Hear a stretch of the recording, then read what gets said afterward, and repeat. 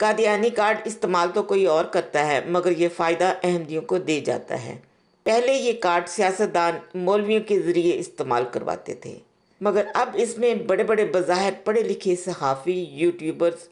سیاسی پارٹیز کے ممبرز وغیرہ بھی ڈائریکٹ شامل ہو چکے ہیں۔ حالیہ دنوں میں مشن نور کے لیے استعمال ہونے والے قادیانی کارڈ میں خود پی ٹی آئی کے ممبرز بھی گمراہ ہو گئے، اور ان کے مخالفین نے جس مقصد کے لیے اس کارڈ کو استعمال کیا تھا، اس کو حقیقت جان کر اپنے ہی مشن کو ناکام بنانے میں حصہ ڈال بیٹھے، جس سے ان سب کی جہالت خوب کھل کر سامنے آئی۔ البتہ جماعت احمدیہ کی مخالفت نے کھاد کا کام کیا، اور ان تک بھی یہ پیغام پہنچا جنہوں نے کبھی سوچا بھی نہ ہوگا کہ ربوہ کی بنیاد کب رکھی گئی تھی اور احمدیوں کے پہلے خلیفہ کا کیا نام تھا۔ اس کے ساتھ ساتھ 23 مارچ کا تو مشن نور سے کوئی تعلق نہیں جڑتا تھا، مگر یہ ایک اضافی فائدہ دے گیا کہ 23 مارچ کو جماعت احمدیہ کی بنیاد رکھی گئی تھی۔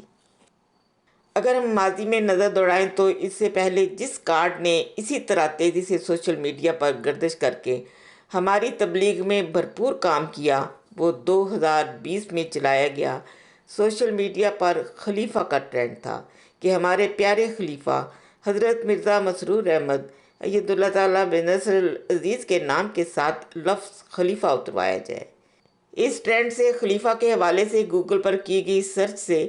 چند گھنٹوں میں 10 ملین افراد تک جماعت احمدیہ کا پیغام پہنچا، اور حالت یہ ہو گئی کہ خود ہی ایک دوسرے کو کہتے پھرتے تھے کہ اس ٹرینڈ کو روک دو۔ ہو سکتا ہے اب بھی